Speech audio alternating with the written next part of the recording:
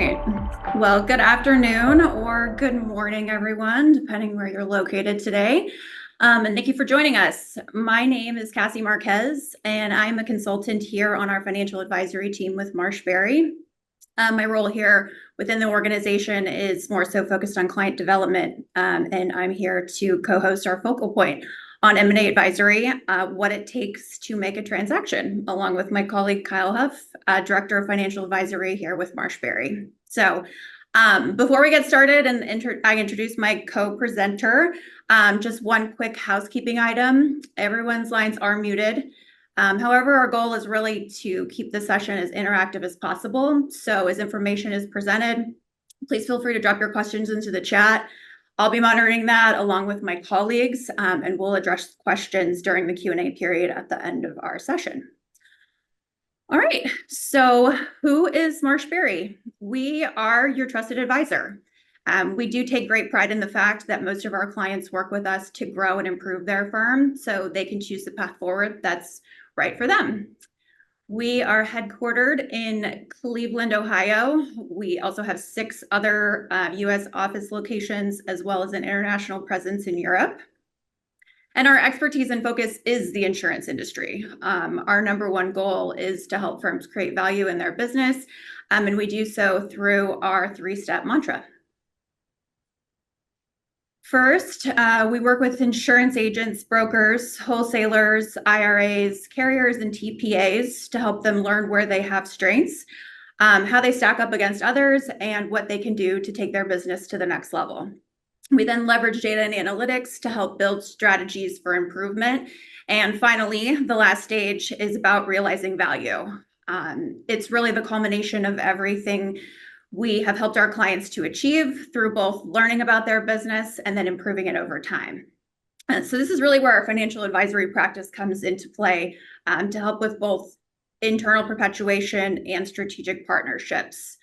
Our holistic approach really allows us to put you in a position that you can choose your own path and what's essentially best for your business.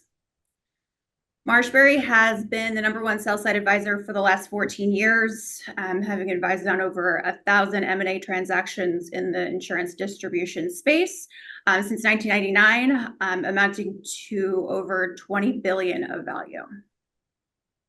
So for today, let me introduce my co-presenter, Kyle Hoeft, Director of Financial Advisory for MarshBerry. Kyle focuses on M&A advisory, financial management consulting, and valuation services. His primary responsibilities include deal execution on both buy-side and sell-side transactions, due diligence, deal negotiation, acquisition analysis, and integration planning. So welcome, Kyle. Thank you, Cassie. It's a pleasure to welcome everyone to today's focal point, M&A advisory on what it takes to make a transaction. Now, my goal for today is not only to inform, the audience of evolving trends and market dynamics, but also challenge the conventional thinking around really the definition of the word transaction. Most people associate the word transaction with the notion of successfully completing a sale of their organization, or perhaps successfully buying another firm. However, transaction really in the insurance world is all about perspective. So in speaking about perspective, let's first start by understanding the perception in the insurance distribution space, perhaps being what's classically dubbed as the greatest industry known to mankind. So I can confidently tell all of you that here at MarshBerry, we do firmly believe that insurance distribution is the greatest industry known to mankind. But you don't have to take our word for it, really. The world, through demonstration of their actions, not their words, are demonstrating the belief that it is, in fact, one of the greatest industries to be in. There's more PE, family office, publicly traded brokers today that can legitimately get a transaction done than ever before. And I would guess, between 50 and 60 legitimate brokers that are looking to continually invest in the space by transacting more than a handful of deals each and every year because of the types of characteristics that are common in this industry, many of which are up on your screen. Recurring revenue is second to none, right? 90% of the revenue comes back. Even 80% of your revenue comes back if you're just terrible at what you do. It's a high cash flow business with, low CapEx requirements, highly controllable EBITDA margins, very low barriers to entry. You're all very well aware that the industry itself is very fragmented in terms of the marketplace, significant buyer demand and significant seller supply. And there's a requirement to purchase insurance, frankly. So it's a product that, they have to purchase it from someone. So it might as well be one of your firms. Stability in a down economy is probably the other one. We saw that time and time again in 2007, 2008, in terms of the resilience of the insurance distribution space. Saw it again, fast forward to 2020, as we look at the global pandemic. And it's really proven itself time and time again throughout history to be a very resilient investment thesis and investment opportunity. What was not mentioned on the previous slide, though, is the fact that the insurance industry also allows you to chart your own path. So you'll see 6 kind of main paths up on the screen, each of which has its various pros and cons, and some of which can be traversed, simultaneously, whether it's internal perpetuation planning and debt capital raising to fund investments or some other combination. And really contrary to popular belief, MarshBerry doesn't really have a bias on which path is taken. Our focus is really on a 7th path, right, which can also be transverse simultaneously, which is growing 15% a year with a predictable, profitable organic growth model or engine that'll allow you to grow not only year over year, but help your clients and your prospects learn about the industry and become more educated, and really more of a risk management consulting or risk mitigation type angle for a lot of your clients. So it's our goal for our clients to also learn about all these paths, make an informed decision so that you get to choose your destiny, right? And you don't let complacency dictate your path, which we see, again, unfortunately, very often in this industry. So taking a step back and just talking a little bit about the historical, deal count, and from a historical deal standpoint, we continue to see record transaction volumes. Largely from 2013 to 2021, the total number of announced transactions continued to eclipse the previous year that you can see on the chart. Those would be the bolded numbers at the top. There are a few exceptions, 2016, 2019, some slight aberrations to what we saw the previous year, but still, top record years for that time. So private equity continues to be a significant driving factor in the M&A activity. That is that red bar that has consumed many of the years in recent memory. They've gone from 3 transactions in 2005 to a peak of 775 transactions in 2021, and still top 3 are on record, that you can see in 2023 with 576 transactions. So absolute dominance in the space, and really the pace for 2024 is going to continue to rival that of the previous 2 years. That 2024 metric is a year-to-date number. So through the first, call it 2 quarters, 6 months, we're at 371 transactions, again, largely dominated by private equity. But we expect that number to continue to creep up and really be in the stratosphere of 2022, 2023, somewhere in that range when it's all said and done. So keep in mind that this is announced transactions. Right? So there's likely hundreds more, couldn't really put an exact number on it, but several more transactions that go unannounced in any given year that would also be additive to all of these numbers in all of these years. So the optionality available to potential sellers in the marketplace to find the right partner has really never been greater than it has been as we stand today.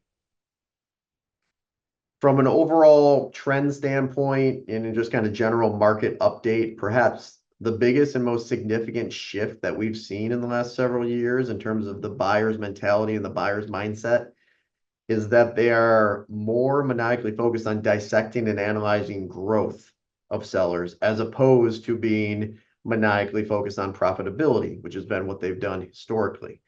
No longer can you simply just have a 30% margin and get a quality deal done. Buyers are becoming more selective with their investments. They're becoming more focused on firms that have a predictable, profitable organic growth engine, because they've learned that while they can add resources and fuel and kind of business know-how to organizations, the one thing they can't do, consistently, I would say, is come in and dramatically change your organic growth engine and get it humming in a way that they've come to expect. So there's been more of a focus on quality of earnings over quality of growth over quality of earnings that we think is going to maintain as we move forward. So again, the remainder of 2024, certainly going to be an active year. Supply remains very robust. The buyers remain very active. And we're really shifting to more of a decentralization, or from decentralization to integration. That's probably the other biggest trend and shift that we've seen over the last 3 years.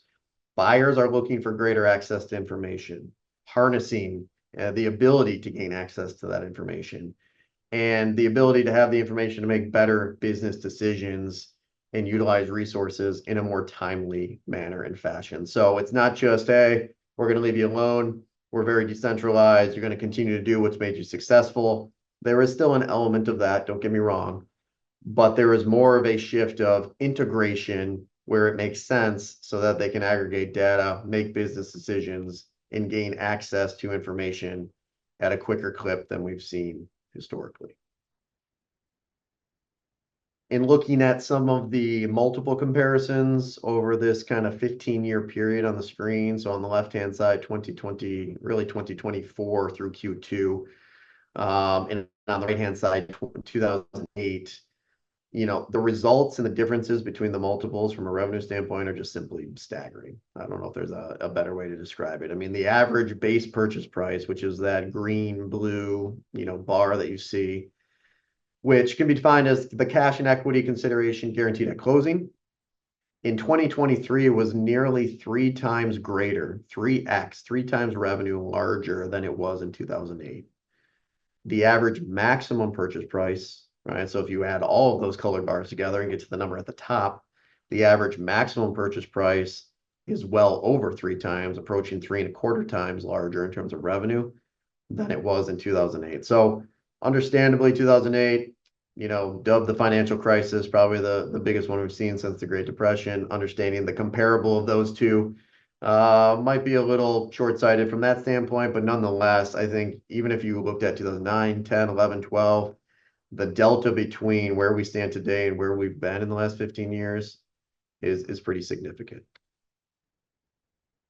From a valuation standpoint, those that are commanding high valuations in a lot of these transactions, all of the things being equal, the delta between kind of the internal and the external valuation is significant for most organizations, which is a subset of the reason why there's been so much M&A activity, is that the external valuation is so far and away above the internal valuation that there's this salacious appetite to, how can we refuse taking a look at this? How can we legitimately, rationalize that we should continue to perpetuate internally when this delta is seemingly so great? The goal as an organization for all of you who are remaining independent and are looking to be buyers in the future is to narrow that delta and that gap, as quickly and efficiently as possible. And we'll talk about some strategies for doing that. Top performers are also defined by sustained double-digit organic growth. You're going to hear me as a broken record, on this webinar time and time again. Predictable, profitable organic growth and having that engine of double digits. We have 12+%. Realistically, it could be even larger than that. But top performers are defined by their organic growth engine. Highly attractive investment opportunities for firms that can consistently reach that level. And I would say in and out of cycle. Right? We'll have some stats for you a little bit later about, what the average firm is doing, which is already staggering in itself. But, there are some props of this continued hard market and some of the wins that are powering the sales on that. So if you can, produce a predictable, profitable organic growth model of at least 12%, you're in rarefied air. Valuations for firms in 2023 that were not growing double digits organically did start to deflate and decline for the first time that we saw in recent memory. So again, creating even more separation between, top performing quality investment firms and kind of the rest of the marketplace. From a guaranteed multiple standpoint, getting into EBITDA. So we looked at a 15-year snapshot on the multiple revenue. If we even look at a 5-year snapshot, call it pre-pandemic 2019 to where we stand today, the pre-pandemic EBITDA was 9.03 times in 2019 versus 11 and a quarter times as we stand through Q1, Q2, 2024 today. So over a 25% increase in valuation just in those 5 years on a multiple of EBITDA, which is a pretty staggering, metric as to where we stand today. And for high performing firms that have specialization, quality reinvestment, quality talent, again, a growth engine, next generation leadership, valuations are holding very strong. And there's obviously, very good demand for those types of firms that specialize and have those types of qualities. So again, buyer demand is prevalent. It continues to gain momentum. There's still relatively easy access to debt, despite interest rates being a little bit higher than what we've known in recent memory. Debt is still arguably fairly cheap compared to other forms of consideration. So buyer demand is strong and seller appetite in the fragmented market remains robust. If we truly look at multiples, the multiple of EBITDA over the last 15 years, there's been a consistent upward trend since 2008, which is no surprise following the revenue multiples, reaching what we thought might be a point of plateau in 2022, in terms of, the overall multiple, but it escalated yet again in 2023 and even yet again through the first, 2 quarters of 2024, encapsulating the LTM. So I talked about the average guaranteed, which is that blue bar, multiple at about 9 times in 2019 versus nearly 11 times in 2023 and 11 and a quarter as we stand through LTM June 24. A significant gap in terms of valuation. And you look at the overall, which includes the red bar, which would be a realistic earnout, the gold bar, which would be a maximum kind of purchase price. And that trend continues to go up, albeit not at the pace it was 7 to 8, 10 years ago. But nonetheless, the stratosphere is getting pretty thin in terms of, how much longer valuations can continue to go up from a pure financial standpoint, let alone economical and political, ramifications. So it is important to note, if you look at the base, purchase price, post-pandemic, 21, 22, 23, it largely remained consistent at about 10.7, 10.8 times. Just recently, as we entered 2024 and look back 12 months, has that, increased from that 10.8 to that 11.25. So we are seeing some increase yet again in just the base purchase price, which is certainly significant in driving activity. Okay, this is one of my favorite slides that we actually developed in 2024 on 2023 activity. So the average sales velocity or new business as a percentage of prior year really hasn't changed much in the past 20 years. Most agencies fall on this kind of 12 to 16%, range fairly consistently. You can see 14%, for the average agency right there. However, this is the first time in recent memory that middle bar, the organic growth rate, the average agency grew at double digits organically in 2023 at 10.2%. We've now fast forwarded that to the first quarter of 2024. That's dipped a little bit from 10.2 to 9.8, but nonetheless, the average agency is still growing roughly double digits organically for perhaps the first time, certainly since I can remember.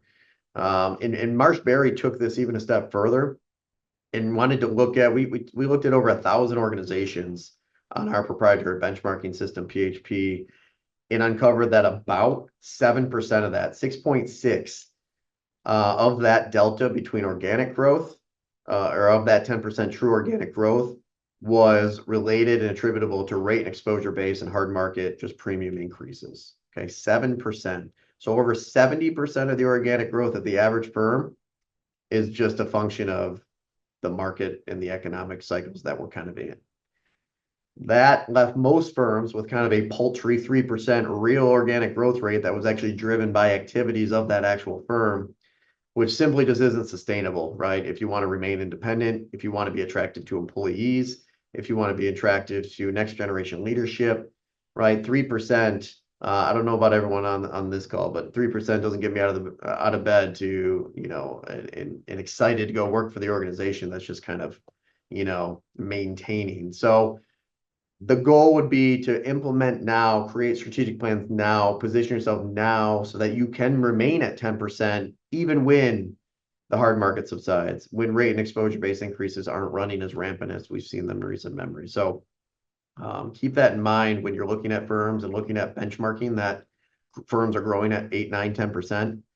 A lot of that is masked by, the industry that or the time we find ourselves in. And just know that even if you're growing at 7, 8%, you're largely losing ground relative to your competition. So some of the factors contributing to the hard market, certainly the economic instability, interest rates are all over the place. Unemployment, metrics have been quite volatile. Inflation has been rather rampant.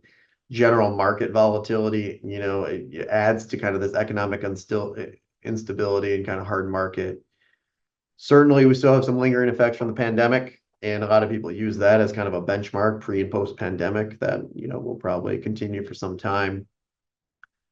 Catastrophic weather events have been plaguing the industry over the last 3 years. We have some stats on it, not in this presentation, but there's been more events and more damage from a dollar standpoint done seemingly than any other time in recent memory. And this isn't even in the US, this is worldwide. I'm sure many of you are experiencing that. Certainly the carriers and the underwriters are experiencing that because they've become hyper-focused on nothing but profitability, it seems now.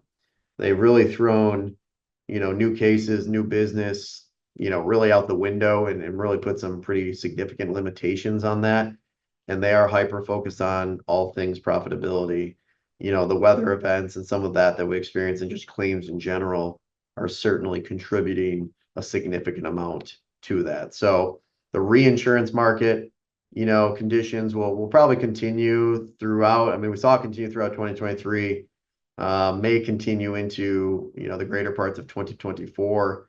Again, some of those components also significantly hit the reinsurance market. So with all of that going on, the question then becomes, how do you successfully navigate a successful transaction as either a buyer or seller in today's market? Well, that is all about perspective and experience. Back to the opening.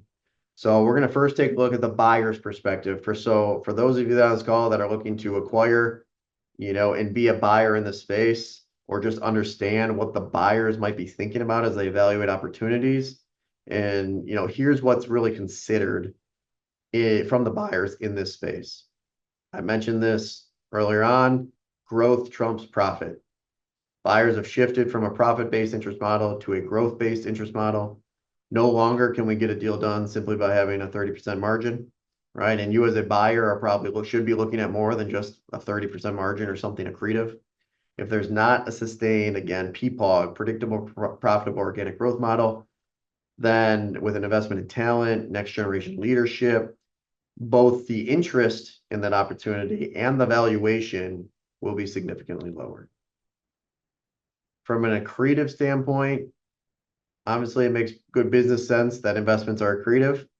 If you're dilutive to a buyer's overall earnings, there will be significantly less, if maybe non-existent, interest in potentially, or there should be as a buyer, in actually pursuing that opportunity. Even if there's other positives, if it's not financially accretive to your own stakeholders or to the overall, then it doesn't make a lot of financial sense to be doing that, even if there are other business reasons why it might make sense. Now, there's a question of, can you make it accretive?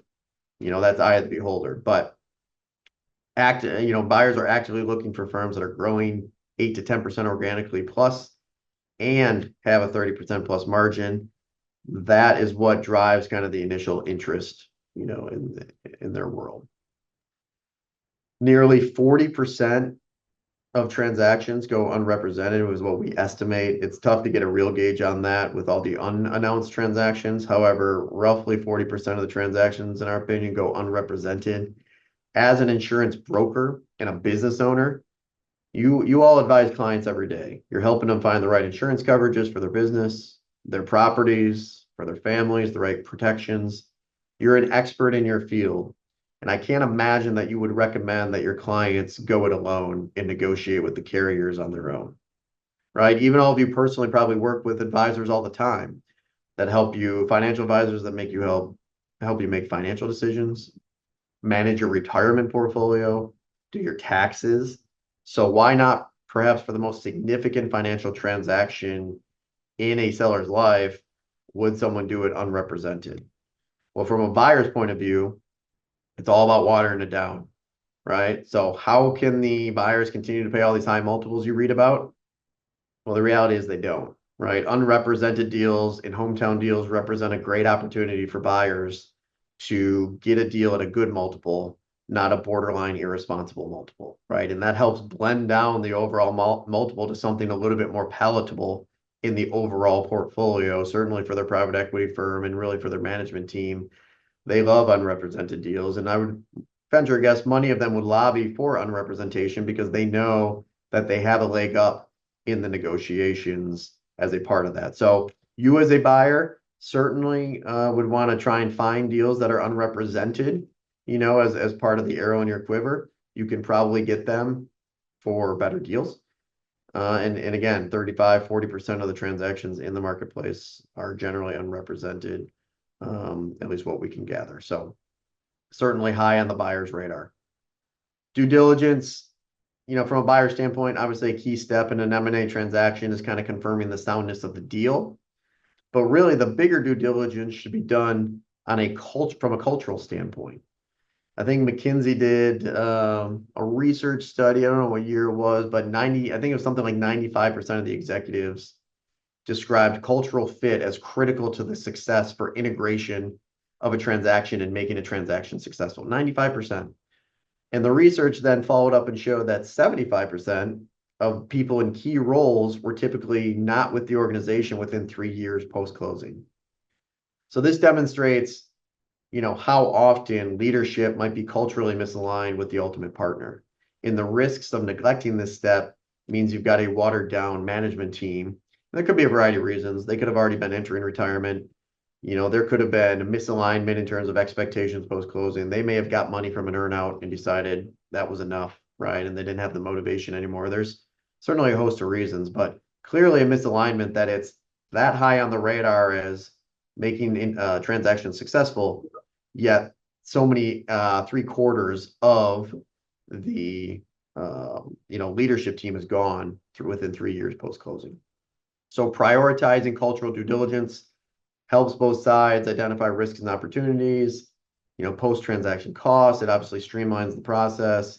It can maximize the buzzword of synergies, certainly financial and otherwise, and ultimately maximize value delivered to clients, stakeholders, employees, everything post-transaction. So you need to learn about the company's core values and guiding principles. For you as a buyer, you need to learn about the seller's core values and guiding principles, what makes them tick.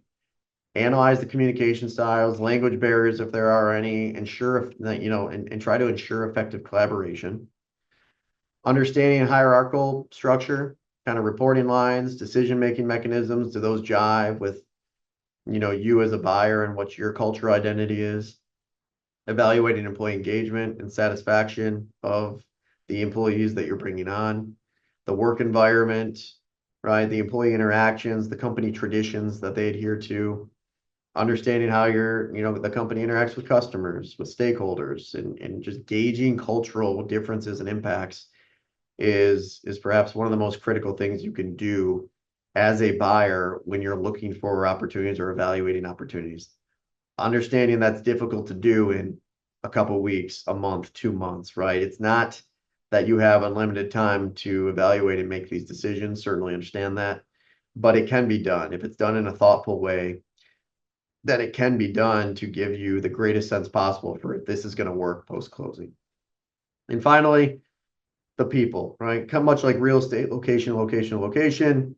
In the insurance and distribution space, it's people, people, people, right? So understanding how each company interacts, with their employees, with their organization, understanding the values, the norms, the communication styles, those are all important things from a buyer's perspective and making a transaction successful. So let's flip that 180, shift the perception to the seller's view, right? And what makes a transaction successful. And let's take valuation out of the equation and off the table. And don't get me wrong, pricing and valuation, arguably the most important part of a transaction for most of you, if not certainly top 2 or 3. However, the best transactions from a financial perspective, closing consideration, earnout, value creation, are often created through sellers and buyers gaining significant alignment in expectations, fit, and equitable contribution to performance. This is why evaluating all potential partners is so critical. If you don't have a shared experience to compare, are you really acting in the best interest of your employees, clients, stakeholders, if you really have nothing to compare it to, against in a potential transaction? So it's important to understand the realm of potential partners out there, and where they fall on that spectrum, I said, from kind of autonomy to, less autonomy, more integration, more corporate experience, and everywhere in between. Growth over profit. That's not a typo. There it is again. That was on the buyer's one. Well, guess what? It's on the seller's one too. I encourage you to have a maniacal focus on consistent organic growth. This is the single greatest driver of value, arguably, to most buyers, right? Is the ability to grow in and out of, market cycles, to have a next generation leadership team, to have a sales management cultural identity, to have producers that are in their 30s and 40s and early 50s, to have producers that are generating 20% of prior year book. All of these things go to the growth ecosystem, and all of these things trump just about anything else they might be looking at in a potential opportunity. So positioning yourself as an organization for growth and a growth mindset is critically important. Autonomy, right? So we talked about this. On one end of the spectrum, you've got autonomous. On the other end of the spectrum, you've got a little bit more integrated and kind of centralized. Again, there's buyers that offer complete autonomy with little integration. There's, some that offer complete back office and centralized this and that. There are many buyers in the marketplace who fall in the middle on that spectrum, offer hybrid autonomy and integration. So again, it's important to understand who you are as an organization, what you're looking for that's really going to propel you going forward, and talking with someone who knows where those buyers fall on that spectrum so that you can streamline, the best fits that are out there in an efficient manner. Fit drives value as well. If there's an alignment around the business strategy, the old adage 1 + 1 = 3, where 2 partners believe they can achieve more together than they could on their own, then the economics of the deal will always work themselves out and follow along. Fit always drives value. If there's a buyer that's excited and motivated, good things happen. And in fact, not only good things, borderline irresponsible things happen in terms of valuation. So fit drives value. If they're excited, trust me, the valuation will follow, and it's going to make it that much easier to kind of position yourself as, a great investment opportunity. Okay. Watering it down. So again, Kyle, that one was on the buyer's one, not a typo. Also on the sellers. Many business owners faced with the prospect of selling their largest asset, and you also often feel this sense of contentment, right? And certainty when you get an offer. I'm sure you're getting calls daily, weekly, monthly, certainly. You get a call, you get an offer from a prospective buyer, especially if that offer checks a bunch of boxes. It's more than likely going to exceed your expectations for anything you ever thought your firm might be worth. And certainly in your own head, as you were thinking this going forward, you have to resist the urge to be part of the water down process, right? Don't settle for good when there's irresponsibly great out there, right? So you've got, the first thing that comes across your desk may be a great offer, may not be. It's going to check a lot of boxes.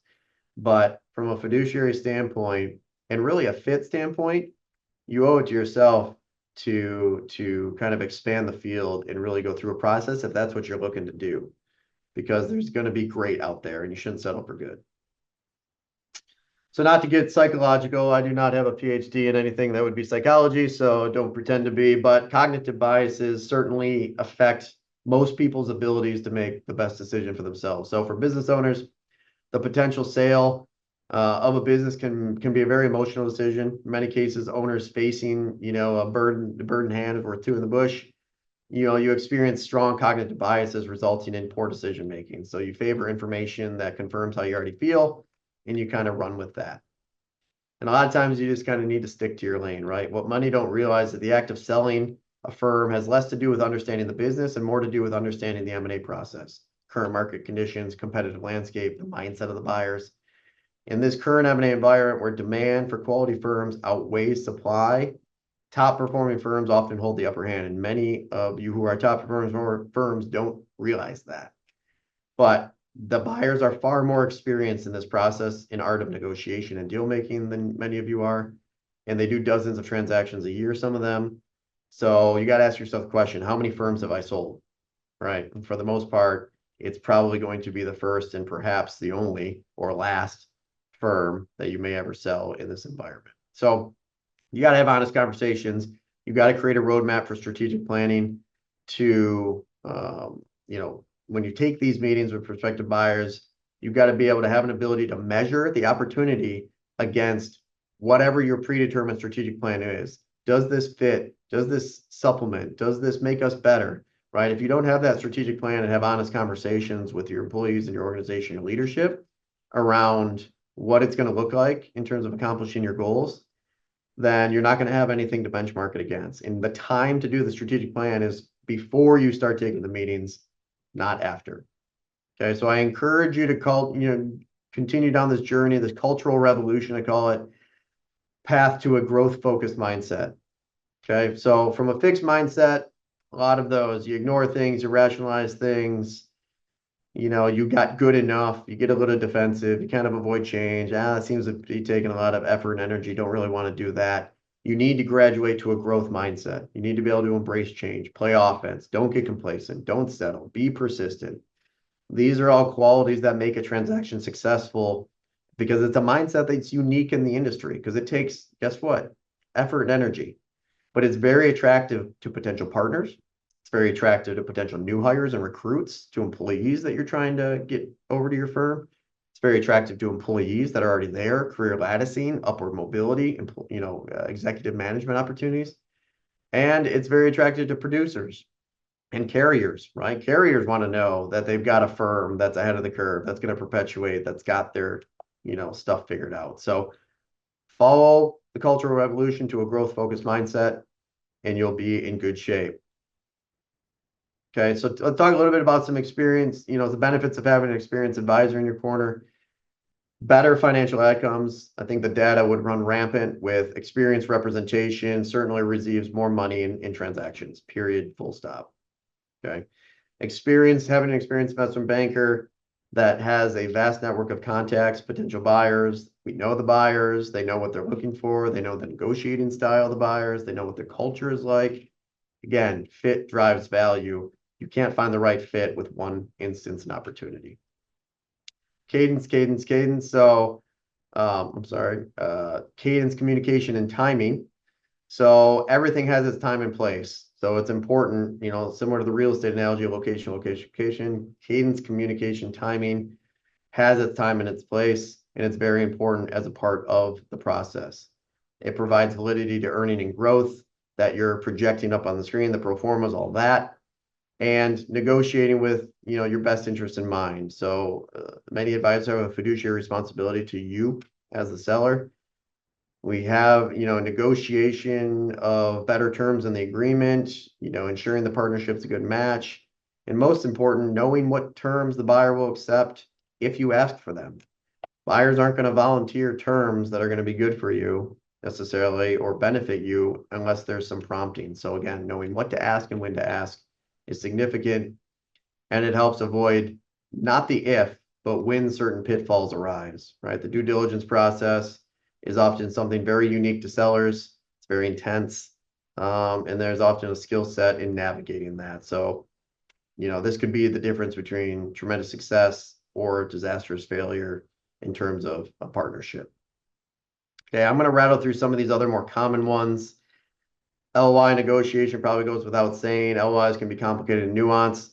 Typically sometimes there's lawyers on this, but investment bankers know what a fair LOI looks like. They can confirm the calculations. They can compare it to other offers. They can tell you from a business sense what is common and makes sense in the marketplace. A lot of benefits to laying the foundation in terms of an LOI and the framework for, the rest of the negotiations. Diligence we talked about, incredibly important to have someone who understands the steps in the process, can understand what's coming down the pike, right, before it actually comes to fruition, expose potential cultural clashes, HR issues, misalignment, pro forma disagreements. Having someone that's well equipped to handle the diligence process can, again, save time, effort, and energy on the road and avoid a potential bad deal. Purchase agreement, certainly the more formal binding contract where lawyers would also be involved, but getting critical input from business terms from an investment banker and advisor that knows the nuance of specifically insurance and offers specialized insight, certainly helpful, can certainly even save you legal fees by, pointing the lawyers in the right direction on what not to negotiate, because some things are non-negotiable. Okay. Earnout terms are often a part of it, often overlooked. Earnout terms are an important part of the negotiation, and that's not when the deal ends, right? Earnout starts when the deal, day one, when the deal is consummated. So having an advisor in your court that also sticks with you through the earnout for 2, 3, 4 years, whatever it is, helps you navigate those conversations, do the calculations, put yourself in the best position to execute on that, is also important pieces of what I would call life after the deal. Having someone who's in your corner, even life after the deal. Okay. And how do we know that we personally add value?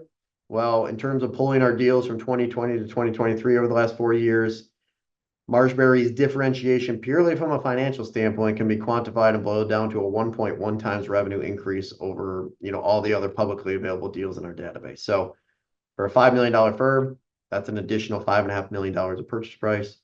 $10 million firm, that's an additional $11 million purchase price. So again, do not be part of the watered down process that is all the other multiples that are out there by going unrepresented. There is not only financial tangible impact, but a lot of intangible impact that I went through in terms of why it makes a lot of sense. We only got a few minutes left, so I'm going to wrap quickly with, strategic planning, because there's in terms of making a transaction, strategic planning is often an overlooked part of making a successful transaction. Again, a lot of people think transaction is just selling your organization, buying an organization, but this goes beyond, buying and selling. This goes to employees, clients, carriers in some of those items. So you must continue to evolve. The awareness on the topics we're discussing today, the action and execution on the considerations you're going to make and the decisions you're going to make for your firm tomorrow, all equate to evolution and evolving as an organization. As you continue to age and grow, there's a phenomenon that typically emerges, which is prolonged growth that we can kind of dub an evolutionary period, right? And those evolutionary periods can also be called quiet periods, because most organizations don't expand for 2 years and contract for 1. It's not that cyclical. A lot of times it's you survive a crisis, there's 4 to 8 years of pretty continuous growth, no major economic stepbacks, not a lot of disruption. And so evolution seems appropriate for that time period. And the quiet periods require modest adjustments. On the flip side, the turbulent times are periods of revolution, because they typically exhibit a serious upheaval of management practices, right? So that management practices that were appropriate for a smaller organization might not work, right, for a large organization, and are brought under scrutiny by frustrated management teams and maybe disillusioned lower level management, right? So periods of crisis, a lot of companies fall short, and they're unable to abandon past practices, and affect major organizational change during that time because it's just too turbulent. So build a blueprint, right? Building a house without a blueprint, you just wouldn't do it. There's no way a construction crew shows up on the property, unloads a bunch of materials, and just starts hammering away, right? There's thoughtful planning that precedes groundbreaking. You have an architect that creates detailed renderings. You have a project manager that deploys the team, keeps them organized. Everyone's working towards a common goal with a clearly defined path. So what you think makes you different, right? What's your differentiation strategy? I hear this all the time in strategic planning sessions, all the time. I ask people, what makes them different? Well, we have 186,000 years of insurance expertise. Well, we have great service. I don't know if you know this, but we have the best service in all the land, said every website ever. We have a local presence. We're involved in the community. We have a great reputation. We're passionate people. We have all these resources we can provide. Well, guess what? All those things make you the same. They create a vendor mentality in the eyes of your clients because that's what they hear from just about everyone. So you need to find a different way to differentiate yourself. And that starts with becoming a strategic resource to your clients, right? Just like the food pyramid, right? You tend to focus on the highest and best use is stuff that's highest up on the pyramid. Being a vendor is like the carbs on the pyramid, right? It's a necessary evil and certainly delicious, but it doesn't create any differentiation, right? Everybody offers the carbs on the pyramid of being a vendor. It's easy and it's minimally invasive. Strategic planning helps you scale that pyramid and create a sustainable organization that's poised for profitability over the long term. So again, most of our top quartile performing organizations do strategic planning. They update it annually. They do it offsite and have a retreat. They have it monitored. Perhaps the most important one is having it monitored and having accountability throughout the year compared to the average agency. So you can see some of those metrics and stats, but important to highlight within the top performing quartile of organizations, only 5% of them don't have it in place. Some people also, I'd say those should probably be a little larger because I think some people think they do strategic planning, but they really don't in a formal way that's impactful. But nonetheless, top performing organizations have a higher proclivity to strategic planning than many others. So as I wrap, what will you do next, right? You adapt a growth mindset, a cultural revolution. Are you going to think more seriously about scheduling a strategic planning session and building now to execute on the later in the future? Are you going to develop an M&A strategy as a buyer or perhaps as a seller, understanding the mindsets right on each? Or are you just going to continue to kick the can down the road and then you'll sign up for my webinar next year, which will present on this exact same topic and we'll be having this exact same conversation, right? So I encourage you, adopt the growth mindset, the cultural revolution, and join top performing firms. So would certainly love to continue the conversation with many of you. I know we're running up on time. My contact information is on the screen for those that can use the QR code or take a screenshot of it. If we have time, Cassie, maybe one question. I don't want to continue to go too much further over, so if people need to drop, that's fine. But I know you've been monitoring the Q&A kind of chat. Maybe we have time for one question to kind of go through. Sure, yeah. We are a little bit over, so we understand if you guys need to drop off. But the question is, you mentioned buyers potentially being a little more conservative and selective when it comes to their M&A strategy, and the average buyer is growing at 8 to 10% with a 30% margin. Is it safe to assume that this is the target growth and margin that buyers are looking for when it comes to prospective acquisitions? I'm assuming this is in terms to the buyer.